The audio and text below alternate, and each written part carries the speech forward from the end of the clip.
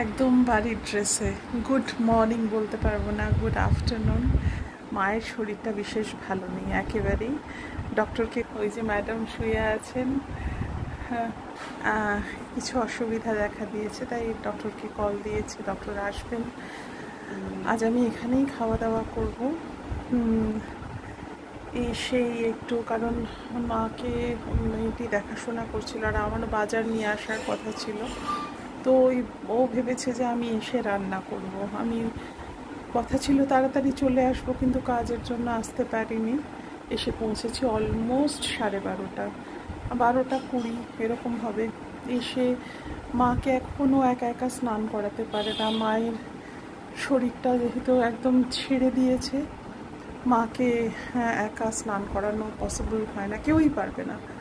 তো যার জন্য আমি ওই একদিন অন্তর আসছি, এসে মাকে স্নান করানোটা ওর সঙ্গে হেল্প করে দিচ্ছি, তা না হলে ওর পক্ষে খুব চাপের হয়ে যায়।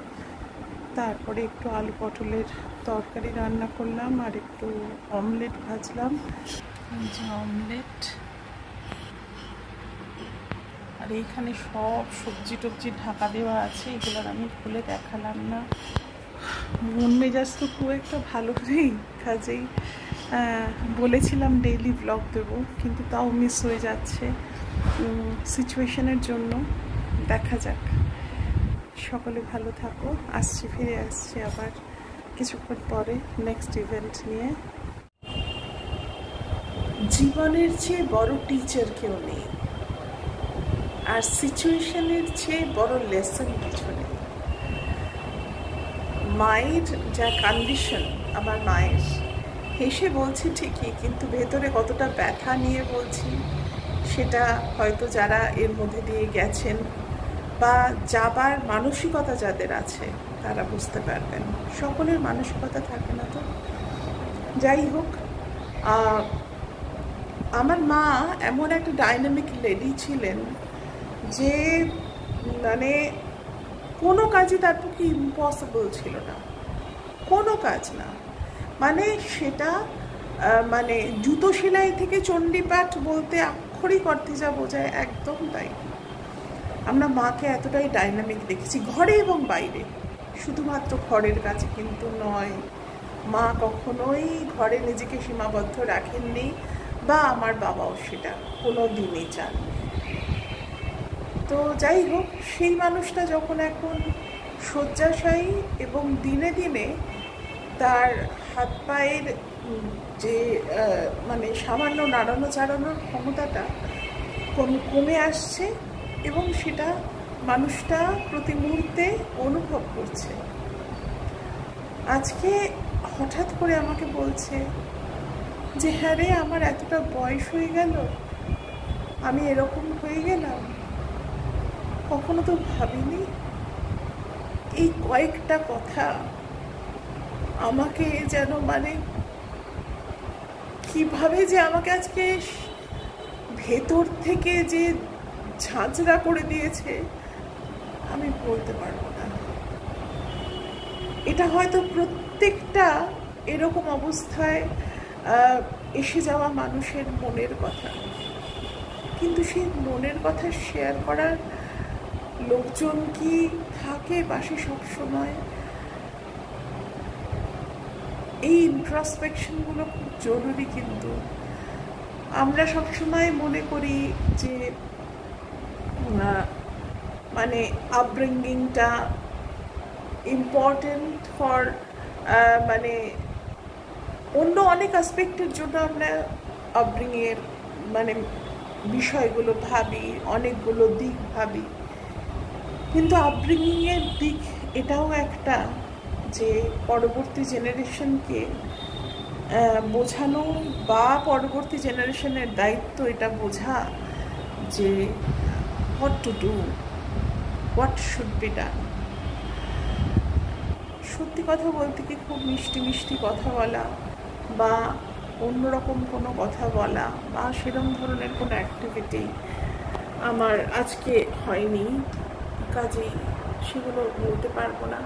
আর আমি বানিয়ে কথা বলার মানুষ নই। ইন অ্যান্ড আউট আমি যা আমি তাই। কারোর যদি খারাপ লাগে তাহলে আমি তাই খারাপ, ভালো লাগলে ঠিক আছে, ফাইন, নো প্রবলেম। কিন্তু আমি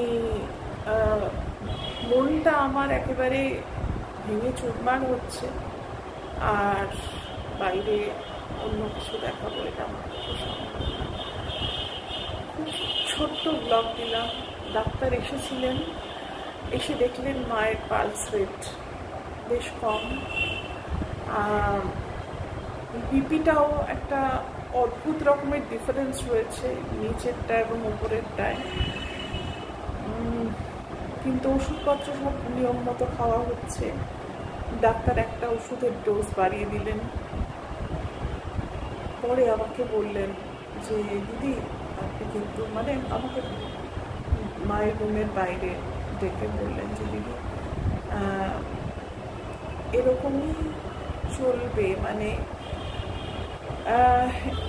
এই রুটিনটার বাইরে আর কিছু করার নেই, তাই বললেন। তো যাই হোক,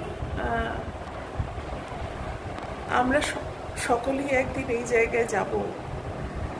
এই যে চলছি ফিরছি ঘুরছি আনন্দ করছি হাসছি, আমি ফানি ব্লগসও দেব, কারণ জীবনে হাসিটা না খুব ইম্পর্টেন্ট। আমি কিন্তু ভীষণ হা হা হা হা করে হাসি, আমি খুব আস্তে হাসতে পারি না। যখন আমি হাসি তখন মানে বোধহয় আমার চারপাশের সমস্ত বাড়ি ফাড়ি শুনতে পায়। তেমনি দুঃখটাও আমাকে ভীষণভাবে বিচলিত করে। আর যেখানে মা বাবা তাদের ব্যাপার, সেটা তো আর অন্য কোনো কিছুর সঙ্গে তুল্যমূল্য চলেই না তার, এই রিলেশনগুলো, তাই না? যাই হোক, সকলে ভালো থেকো। আজকে আসি, চেষ্টা করবো আবার কালকে আসতে।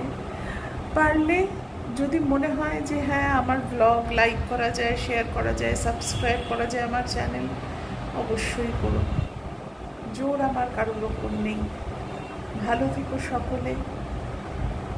আজ আসি, সকলে নিজের যত্ন নিও, চারপাশের সকলের যত্ন নিও, ভালো থেকো। তবে নিজের ভালো থাকাটা খুব ইম্পর্টেন্ট। নিজেকে ভালো রেখে সকলকে ভালো রেখো।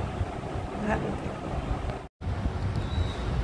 আজকের সিচুয়েশনে বোধহয় একটা গান আমার বড় বেশি করে মনে আসছে, জানি না গলা কতটা সাথ দেবে। ये हौसला कैसे रुके, ये आरज़ू कैसे झुके, मंजिल मुश्किल तो क्या, धुंधला साहिल तो क्या। सॉरी।